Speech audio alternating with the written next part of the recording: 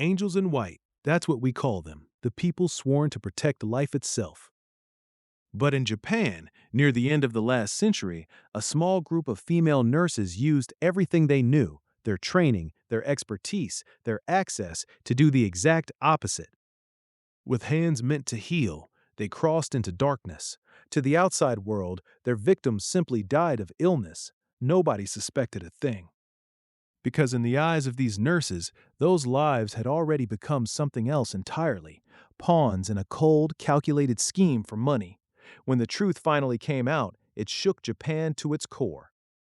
Our story takes place in Fukuoka Prefecture, on the island of Kyushu, and more specifically, in a city called Kurume, in the southern part of the prefecture. Kurume carries an unusual nickname, the City of Doctors. That title isn't just for show. The medical industry there is deeply developed, densely staffed. The concentration of healthcare professionals in Kurume runs at roughly twice Japan's national average. Emergency response times are consistently among the best in the country. By almost any public health metric, it's one of the safest cities in Japan.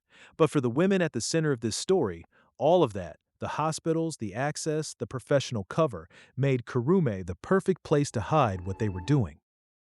May 1st, 2001, a Thursday. The heat was already brutal, temperatures climbing with no relief in sight. Inside the Okawa City Police Station, officers were dealing with both the summer misery and a heavy workload, irritable, stretched thin. That's when a woman walked in, leaning on someone beside her for support. She was thin, pale. Her eyes kept darting around the room like she was afraid of something she couldn't name. She made her way to the front desk and lowered her voice, asking whether the police could protect her and her family.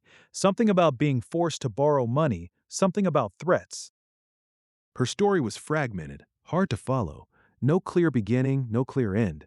The officers figured she was either dealing with a mental health crisis or getting squeezed by predatory loan sharks. Either way, it sounded like a civil dispute, a private matter between individuals, not a criminal case. They told her to get a lawyer. The woman walked out looking completely lost. 3 days later, she came back. This time, she looked worse. The man with her helped her into a seat. When an officer approached, the woman suddenly crumpled, dropped to the floor, sobbing, and then she said something that stopped every single person in that station cold. "Please arrest me. I am responsible for my husband's death." The police knew immediately this was serious. They opened an investigation. And sure enough, the woman's husband had died 2 years earlier. The medical records from the time listed the cause of death as acute heart failure brought on by severe alcohol poisoning. On paper, it looked like a tragic but unremarkable case, nothing that would raise flags. But now, here was this woman, walking into a police station and confessing. That changed everything. She was a nurse.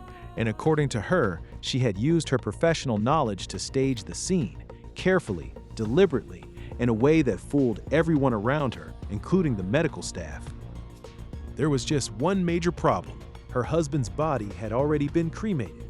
There was nothing left to examine, nothing to test. Her claims couldn't be verified through physical evidence alone, so the question became, if she was telling the truth, why did she do it? Police pulled her financial records, and the answer started taking shape. After her husband's death, she had received a life insurance payout, tens of millions of yen, a massive sum. And almost as soon as that money hit her account, it was broken up and moved, transferred in pieces in rapid succession into an account belonging to someone named Junko Yoshida. But here's what really caught investigators off guard. This wasn't a one-time transfer. Over the course of 7 years, this woman had sent more than 100 million yen to Junko Yoshida. There was clearly a much bigger story buried underneath all of this. So who was Junko Yoshida? She was born in 1959 in Yanagawa City into a pretty ordinary family. Her father had served in the military, and after his discharge, he tried running an auto repair shop, but it never really took off. Her mother picked up whatever odd jobs she could find just to keep the household afloat. Junko had a younger brother, 4 years behind her. The four of them were packed into a small rented house, and money was always tight. The family's financial situation meant her mother had to constantly flatter their landlord, smiling through resentment just to keep a roof over their heads. Of the two kids, the brother was the standout. Good grades, strong athletic ability, their mother's favorite, clearly and openly. Junko didn't just get less attention. She got discipline. She got physical punishment. Growing up in that environment, she learned early how to read people, how to watch faces and figure out what someone needed to hear. And somewhere along the way, she locked onto a belief that would define everything she did for the rest of her life. Money is everything. With money, she told herself, any problem could be solved. In 1975, 16-year-old Junko enrolled in a medical nursing program at Saga Private Girls High School. And right away, the performance began. To feed her ego and project the image she wanted, she bragged constantly about how popular she was. Played the role of the generous, free-spending girl that everyone wanted to be around. Of course, keeping up that act cost real money she didn't have, so she invented a story. She told her classmates that a friend had gotten pregnant and desperately needed money for surgery. She worked their sympathy, collected a significant amount of cash, and spent it on herself. The school found out. She was disciplined and forced to take 2 months off. The consequence? She never completed the full program. She graduated with a license as an assistant nurse, a lower-tier certification. Assistant nurses had a narrower scope of practice, couldn't work independently, and had to operate under the supervision of a registered nurse or a doctor at all times. After graduation, Junko took a job at a hospital in Osaka, and it didn't take long for reality to set in. Assistant nurses were at the bottom of the ladder. Long shifts, physically demanding work, low pay, and essentially zero path to advancement. If she wanted more money, more status, more control over her own career, there was only one way to get there: become a registered nurse.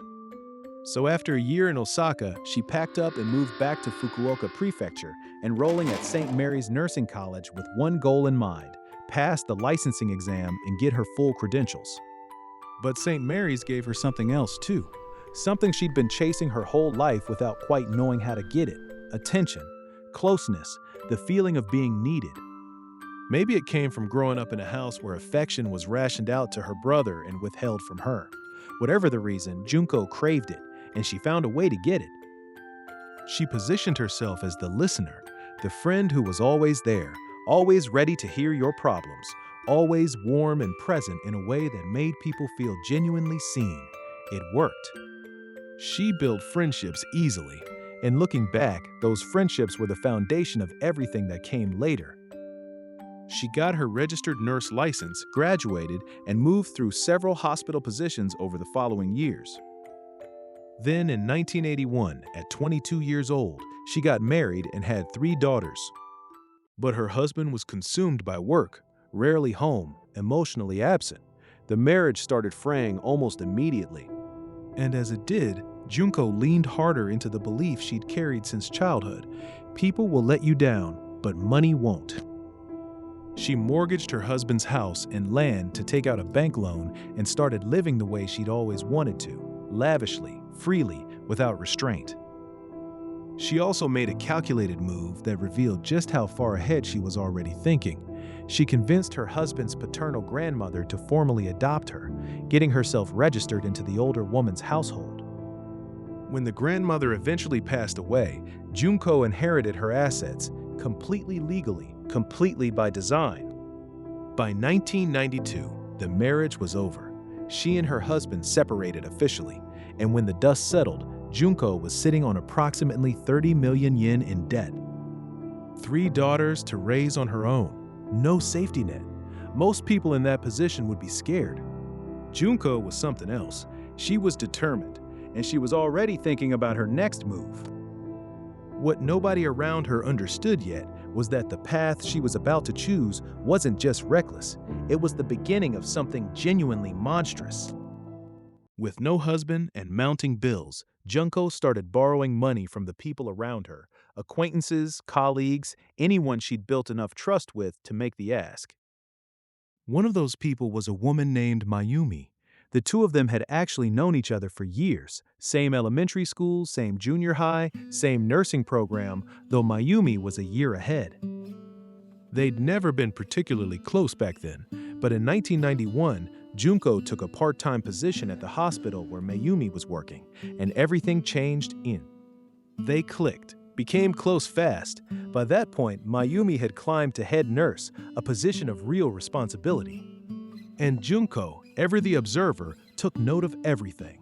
Around this time, Junko discovered she was pregnant. It was Mayumi who stepped up, went with her to the hospital, stayed by her side, held her together afterward. That kind of support hit Junko hard. It created something in her, a pull toward Mayumi that felt genuine, even if nothing else about Junko's relationships ever truly was. To lock that bond in place, Junko did what she always did. She spent money she didn't have. Borrowed from everywhere just to keep up with Mayumi, traveling together, going to concerts, building the kind of shared history that makes someone feel like your person. As time went on, Mayumi started opening up, really opening up. She was 30 years old, still single, and carrying something heavy. She confided in Junko that she'd been having an affair with a married man. She'd known for a while it was going nowhere. He was never going to leave his family, so she'd tried to end it. But he wouldn't let go. He kept showing up at her apartment again and again, 3 or 4 times, refusing to accept it was over. Mayumi was exhausted and rattled and didn't know how to make it stop. So she turned to the one person she felt she could trust completely. Junko told her not to worry. She said she knew someone, a powerful, well-connected figure that people referred to simply as sensei, meaning teacher. This person allegedly had ties in both political and business circles, a network of people constantly feeding him information, and the kind of quiet influence that could make problems disappear without anyone ever knowing. Mayumi was skeptical at first. It sounded too convenient, too vague. But then something happened that changed her mind. She received a letter, supposedly from this sensei, and inside it, he referenced her exact bank account balance. A number nobody should have known. That detail shattered her skepticism. If he knew that, he was watching. He was real. He was powerful. Not long after, Junko announced that Sensei had handled the situation. And just like that, the man stopped showing up. Problem solved. But Junko immediately followed that good news with bad news. Sensei's people had uncovered something alarming. The man, it turned out, had connections to a rising Yakuza faction. And they were planning retaliation against Mayumi. Serious, dangerous retaliation. The safest thing she could do right now, Junko said, was move in with her, lay low, stay close. Mayumi agreed. Living together accelerated everything. Their friendship deepened into something more intimate, and within about a year, they became lovers. What Mayumi didn't know, what she had no way of knowing, was that Sensei had never existed, not for a single moment. Junko had invented him entirely. The letter with the bank balance? She'd gotten that information herself. The threatening Yakuza retaliation? Fabricated. The man had simply gone on a trip around the time Junko claimed credit for stopping him. Every piece of it was a constructed illusion, designed to make Mayumi feel endangered, grateful, and dependent. Once they were living together, Junko's father got sick and needed hospitalization. Medical bills piled up. Junko's solution was to steal Mayumi's credit card. And to keep Mayumi from asking too many questions or reaching out to anyone who might give her a clearer picture of reality, Junko told her that Sensei's investigation had traced the source of all these problems back to Mayumi's own family. Her family was the reason this was all happening. Mayumi believed it. She pulled away from them, gradually, then completely. And from that point on, Junko controlled her finances. Then came the accident. A couple of years into their life together, Mayumi headed out one morning to run an errand and was hit by a car. When she came to, she was in a hospital bed. Junko was right there beside her, face full of worry. Junko told her the accident had been serious enough to have real consequences, but that Sensei had stepped in again, used his connections and his money to bury the whole thing. No one knew. Her job was safe. Nothing would follow her. Once again, Mayumi felt the full weight of what she apparently owed to Sensei and to Junko. So when Junko suggested it was time to start repaying that debt, Mayumi didn't push back. She handed over all of her income. In installments, she transferred a total of 8.7 million yen. Then Junko turned around and used the same story, the same pressure, the same fictional framework to squeeze 5.5 million yen out of Mayumi's mother. By this point, Mayumi had essentially ceased to function as an independent person. Her finances were gone. Her family connections were severed. Her emotional world revolved entirely around Junko. She was obedient in a way that had moved well past trust and into something closer to total psychological surrender. And then Junko pushed it one step further. She told Mayumi with a straight face that based on the experimental research of some professor at a foreign university, she was carrying Mayumi's child. Mayumi was a trained nurse. She understood basic human biology, and she believed it anyway. But as investigators dug deeper, they realized something that stopped them cold. Mayumi wasn't the only one. Junko hadn't built just one web, she'd built several, running simultaneously, with each victim kept completely in the dark about the others. And the woman who had walked into that police station twice, the one whose confession started all of this, she had her own story. Her name was Yoshi Ishii. She was actually a year older than Junko, and like Mayumi, she had crossed paths with Junko at St. Mary's Nursing College. The connection started simply enough. One day when Yoshi was out sick, Junko called to check on her. It was warm, it was thoughtful, it felt genuine. That one phone call was enough. The two grew close quickly, and Yoshi came to think of Junko as one of her closest friends. After graduation, they went their separate ways. Different careers, different cities, different lives. But they stayed in touch. In 1982, Yoshi got married at 24, 3 sons, and the marriage that followed wasn't what she'd hoped for. Her husband had been secretly taking on debt, serious amounts of it, and over 12 years, the weight of that became impossible to carry. She made the decision to leave. She sold an apartment in Kitayushu that her husband had originally bought with borrowed money, netting around 10 million yen from the sale, and moved back home to Okawa City with her 3 boys to live with her parents. Naturally, she called Junko, needed to talk, needed comfort, and in the course of that conversation, almost as an aside, she mentioned the apartment sale, roughly 10 million yen. She said it without thinking. Junko heard it and filed it away immediately. It wasn't long before Yoshie got a phone call she wasn't expecting. The voice on the other end was cold and direct. Her husband owed money, and if he couldn't pay, that debt was going to fall on her. The call sent her into a spiral of anxiety. She didn't know where to turn, so she did what felt natural. She called Junko. What Yoshi had no way of knowing was that the voice on that phone hadn't belonged to any actual loan shark. It was Mayumi, calling on Junko's instructions, playing a role in a script Junko had already written. Junko stepped in immediately, presenting herself as Yoshi's protector. She worked both sides at once. On one hand, she warned Yoshi that if the debt wasn't settled, her children could be taken from her. On the other hand, she offered a lifeline, Sensei, powerful, well-connected, capable of negotiating the debt down to the absolute minimum. Over the weeks and months that followed, Junko used that fiction again and again, each time with a new development, a new demand, a new reason money needed to move. By the time it was done, she had taken more than 7 million yen from Yoshi Akichi, and Yoshii never suspected a thing. Quite the opposite, she was grateful. She believed Junko was exhausting herself on her behalf, fighting battles Yoshii couldn't fight alone. It only made her trust Junko more. But draining money from 2 people wasn't enough. The more Junko took, the more she wanted. And so she started looking at the other people in her life, old acquaintances, former classmates, sizing them up, identifying vulnerabilities. Her next target was a woman named Kazuko Ikegami.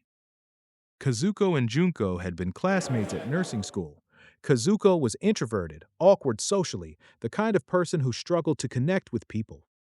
Junko had been one of her only real friends. Because of that, Kazuko had always been completely open with her, poured out her family problems, her personal anxieties, all of it, without filter. Junko listened. She always listened. But privately, she didn't think much of Kazuko. She actually looked down on her, found her two-faced and untrustworthy in ways that quietly irritated her. After graduation, they drifted apart. Then in 1986, Kazuko got married, became a housewife, and had two daughters. A few years later, her family moved near Junko's home, and the two reconnected. Old patterns resumed immediately. Kazuko venting, Junko absorbing. Kazuko complained about money, about how hard it was to raise her children. Not long after, she gave birth to a third child. And something about that triggered something dark in Junko. It reminded her of her own lost pregnancy. She became convinced, without any real evidence, that Kazuko had been talking about her, sharing her private business with others. That suspicion curdled into resentment, and resentment for Junko had a way of becoming a plan. She decided she wasn't just going to take Kazuko's money, she was going to make her suffer. In February 1996, Junko came to Kazuko with a story. A woman named Tsuchiko Yamashita, someone Kazuko had supposedly worked with at a previous hospital, was claiming that Kazuko had badmouthed her years ago and that the fallout from that gossip had derailed her life entirely. Her first marriage collapsed. Her second husband turned out to be abusive. She'd given birth to a disabled child. Her life, by any measure, was a wreck, and she blamed Kazuko for all of it. Now, Tsukiko had hired a lawyer and was moving forward with a lawsuit seeking compensation. Every word of it was a lie. Junko had invented Tsukiko Yamashita from scratch. But to make it feel real, she needed a supporting performance. She recruited Yoshi, who had no idea she was being used as a prop in someone else's scheme, and had her call Kazuko's home while pretending to be Tsukiko's attorney. The fake lawyer spelled out the stakes clearly. Settle this matter or risk having your nursing license revoked. Kazuko panicked. She searched her memory and landed on a vague recollection. There had been a junior colleague at that hospital, someone named Tsukiko. That fuzzy memory was all Junko needed. With Kazuko sufficiently rattled, Junko moved in with the rescue. She knew Sensei. Sensei could make this go away. Over the next year alone, Junko used that fiction to extract 28 million yen from Kazuko Werpan-Ayo, wiping out her savings completely and pushing her deep into debt. Kazuko eventually had to go back to work just to stay afloat. And somehow, through all of it, she never stopped believing that Junko was on her side, fighting for her. What made it even darker was this. The more easily Kazuko handed over money, the more convinced Junko became that her original suspicion was right, that Kazuko really had bullied people, really was the kind of person who deserved what was happening to her. The cruelty fed on itself. Kazuko's compliance wasn't proof of her innocence. In Junko's mind, it was proof of her guilt. Up to this point, Junko was the architect of everything, and the three other women were simply her victims. Financially drained, emotionally manipulated, but victims nonetheless. So what changed? How did Yoshi go from someone being swindled to someone who walked into a police station and confessed to her husband's death? To understand that, you have to understand the structure Junko had built. Each of the three women, Mayumi, Yoshie, Kazuko, communicated with Junko directly and individually. None of them knew the others were involved. That isolation wasn't accidental, it was essential. And it's what made the next phase possible. Kazuko's husband was a man named Josuke Ikegami. He held a first-class architect certification, the highest national qualification in that field in Japan. While Kazuko was being systematically stripped of everything she had, Josuke was away in Tokyo for work. Good job, steady income, well-liked. But the moment he came back to Fukuoka, things started unraveling fast. Junko had already told Kazuko that Sensei's people had discovered Josuke was keeping a mistress in Tokyo and that he'd been sharing intimate details of their private life with her. When Josuke came home, Kazuko confronted him. He had no idea what she was talking about.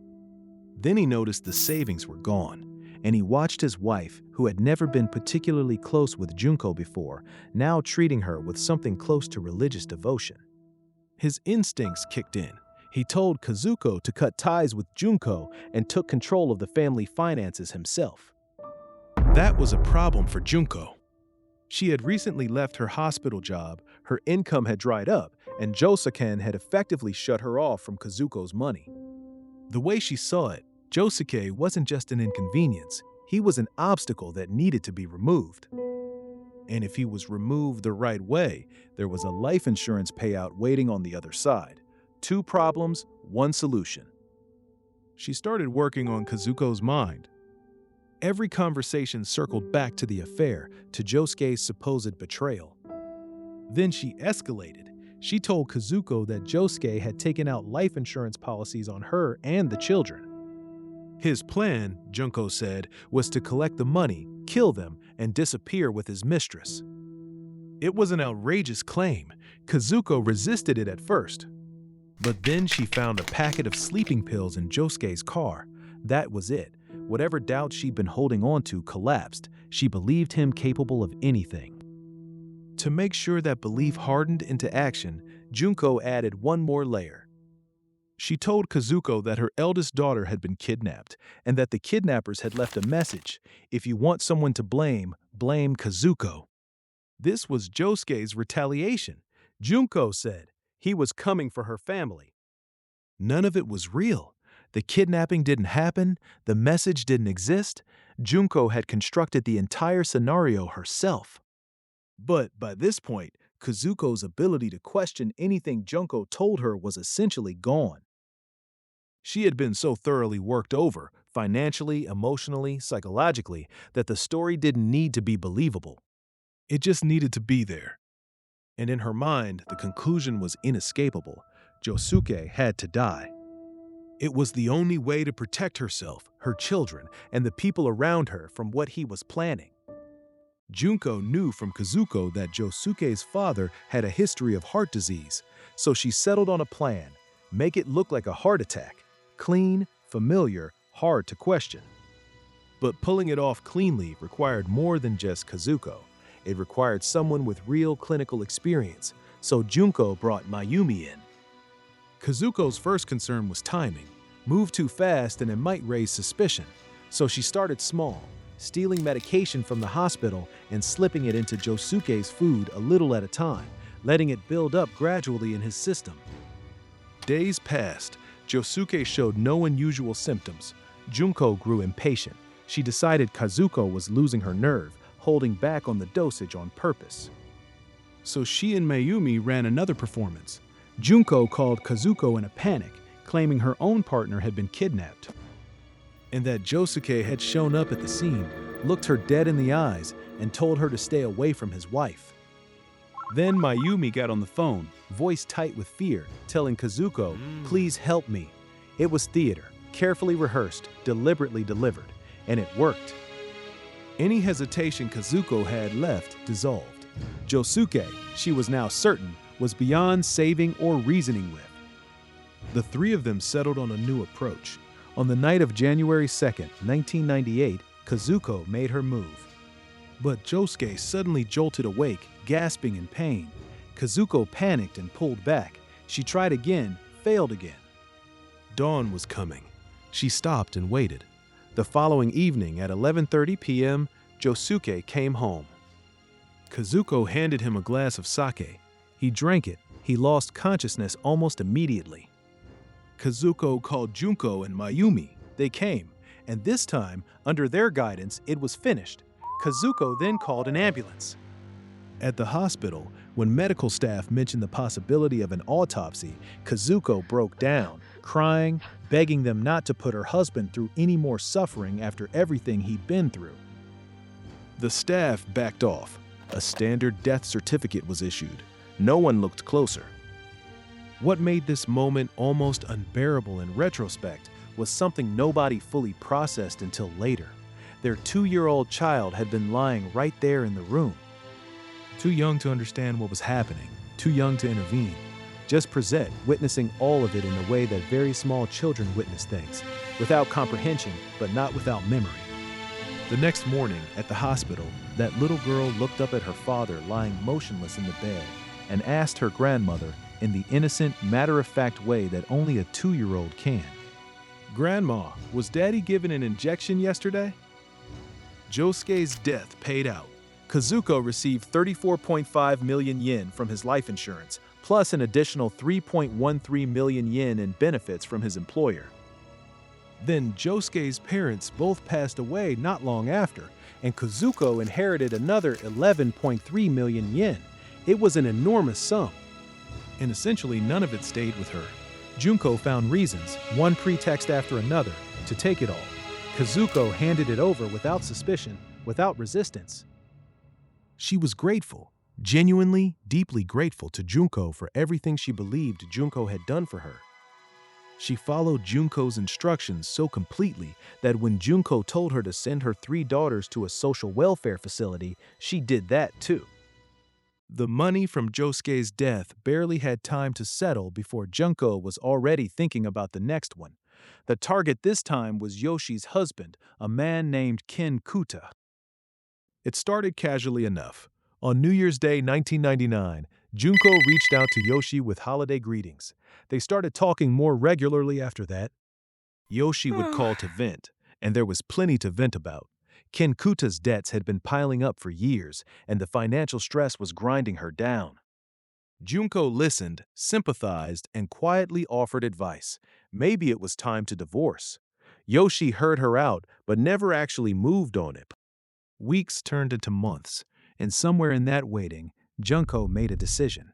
If Yoshi wouldn't leave him, then there was a faster, more permanent solution. She would use the same playbook she'd already proven worked: eliminate the husband, collect the insurance, move on. She set the stage the same way she had before. During a visit to Yoshi's home, she had Kazuko call in posing as a loan shark, threatening, aggressive, demanding.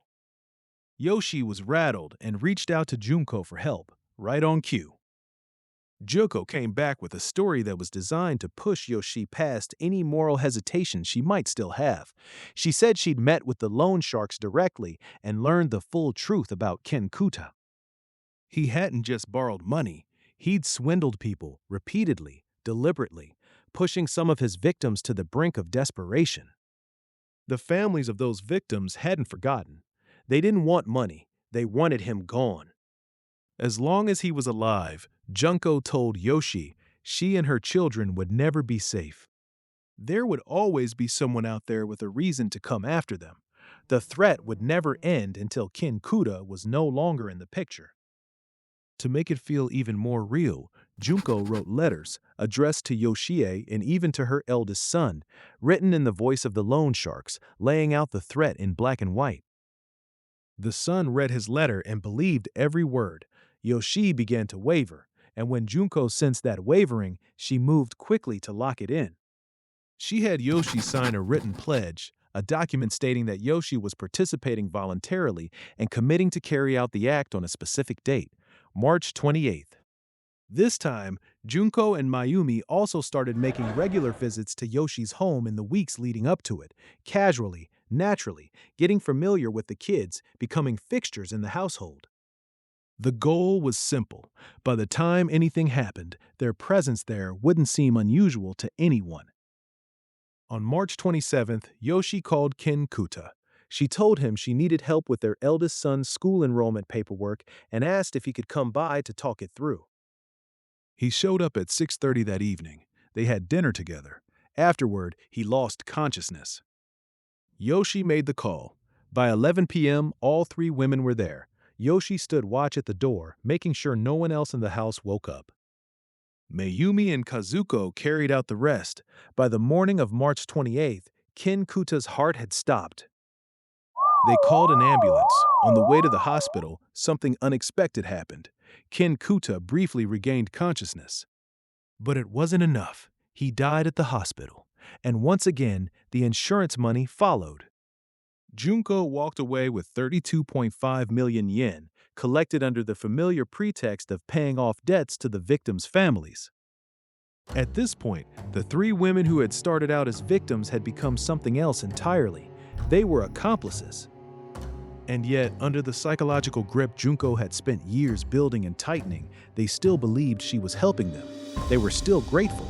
That's how complete the control was. So what finally broke it? What was the moment Yoshi came back to herself enough to walk into that police station? 8 months after the two murders, Junko used a portion of the money she'd taken to put a 2 million yen deposit on an apartment building. She committed to paying an interim installment of 6.2 million yen by the end of August the following year. The building had 9 floors. Junko took the top floor for herself. Then she told the other 3 women they would be moving in too, each assigned to a separate unit on the lower floors. Only Mayumi, as her lover, was allowed access to Junko's apartment. And with that move, Junko formally announced what had apparently been true for a long time. She had been promoted to Sensei's personal representative. From now on, the 3 women were to address her as Madame Yoshida. They were to file regular reports. What followed was something closer to captivity than cohabitation. All 3 women quit their existing jobs and went to work at a hospital Junko had selected for them. Their paychecks went directly into Junko's account. After their shifts, they were expected to come to her apartment and handle the domestic work, cleaning, cooking, taking out the trash. They also rotated shifts at the hospital to care for Junko's sick father. And any misstep, no matter how small, a room that wasn't spotless, a phone call answered a few minutes late, was treated as an act of disrespect towards Sensei's authority. The fines were brutal, tens of thousands of yen, sometimes hundreds of thousands. Junko also started forcing the women into all-night meetings, keeping them sleep-deprived and mentally hollowed out until independent thought became almost impossible. Compliance wasn't just expected, it was the only state they were allowed to exist in. But the money was running out. Despite having funneled nearly 200 million yen through her hands over the years, Junko had burned through almost all of it. The interim apartment payment was coming due, and she needed a new source.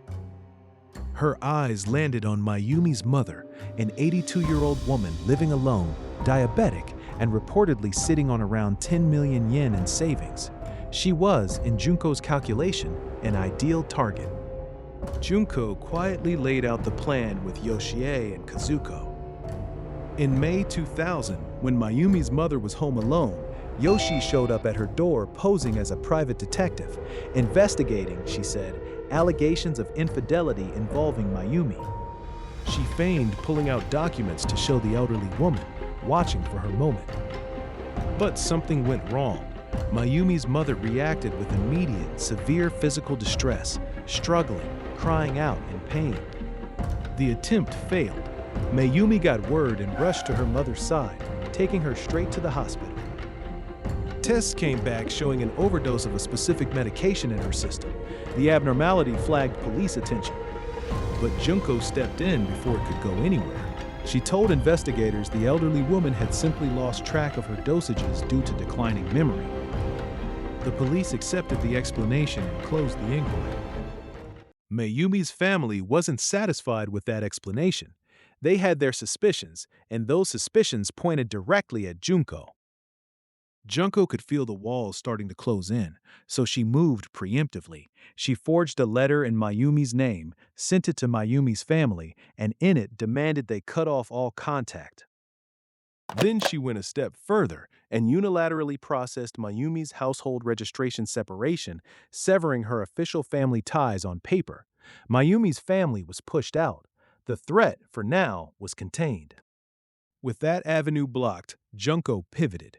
She went back to squeezing Yoshi and Kazuko, and then the spring of 2001 arrived, and with it, the demand that finally went too far. Junko told Yoshi she needed to sign over a piece of land registered in her father's name. On top of that, she instructed Yoshi to send her 3 children to a welfare home to cut down on living expenses. That was the line. Yoshi had endured years of financial extortion, psychological manipulation, servitude, and the crushing weight of what she had participated in. She had given up her money, her freedom, her sense of self.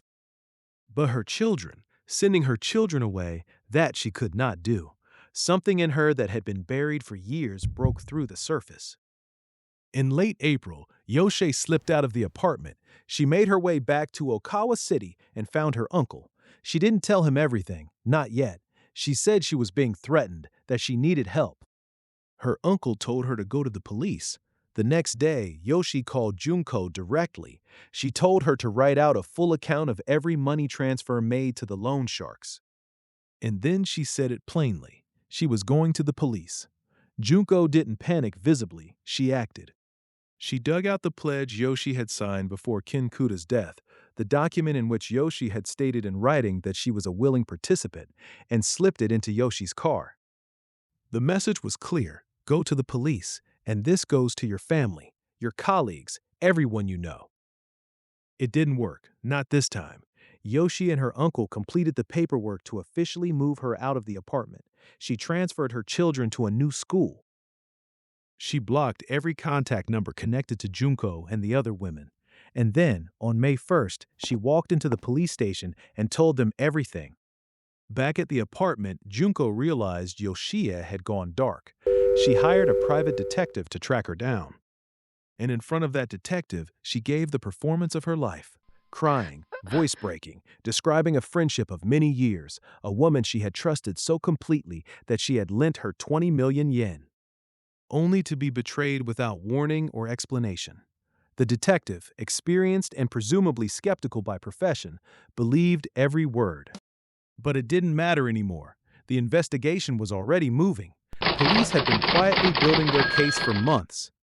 In April 2002, Junko, Mayumi, and Kazuko were arrested on suspicion of fraud. Within days, Yoshie was arrested as well. Nobody expected what came next. Even sitting in a detention cell, Junko wasn't done. She found a fellow inmate and tried to use her as a messenger, passing a letter to Yoshie, asking her to testify on Junko's behalf and help establish her innocence. The letter was breathtaking in its audacity. Junko told Yoshie that after her release, she planned to write a book about everything that had happened and that the royalties alone would be considerable. All Yoshie needed to do was think of her time in prison as a temporary vacation. Junko would personally take care of Yoshie's family while she was away. Everything would be fine. Yoshie wasn't the same person she'd been for the past decade. She wrote back, and she didn't hold back. "It's come to this point," she wrote. "Stop treating others like fools. Why aren't you suffering when you are the worst person? You are fundamentally not human." 2 years later, the case went to trial at the Fukuoka Prefectural Court. Prosecutors laid out the full scope of what Junko had done: years of sustained fraud, psychological manipulation, and calculated instigation that had turned 3 ordinary women into killers. They argued she deserved the harshest sentence the law allowed. Junko's approach at trial was to admit she had been the mastermind, and then reverse course entirely, claiming she had nothing to do with the actual crimes, that the other 3 women had acted on their own. Before the verdict came down, Kazuko died in custody from illness. The charges connected to her were dropped. After a month-long trial, the court convicted all 3 remaining defendants on murder, fraud, and related charges. Junko was sentenced to death. Mayumi received life imprisonment. Yoshie was sentenced to 17 years. Junko appealed. The case worked its way through the legal system, challenge after challenge, year after year. The Supreme Court ultimately upheld the death sentence. In March 2016, Junko Yoshida was executed at the age of 56. She was the 5th woman to be executed in Japan since the end of World War II. Looking back at everything, what stands out most isn't the scale of the financial crime or even the murders themselves, it's the psychological precision. Junko was extraordinary at reading people. She identified fears, found pressure points, and applied exactly the right amount of pressure at exactly the right moment.